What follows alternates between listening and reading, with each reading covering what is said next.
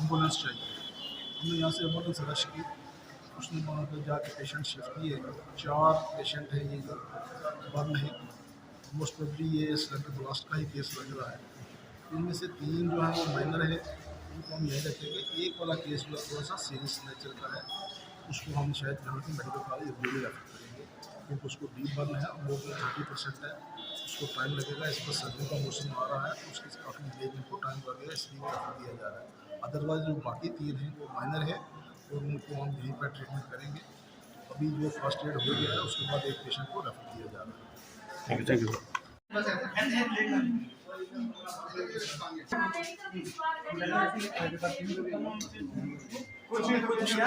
ठीक है यार, थोड़ा सा ठीक है।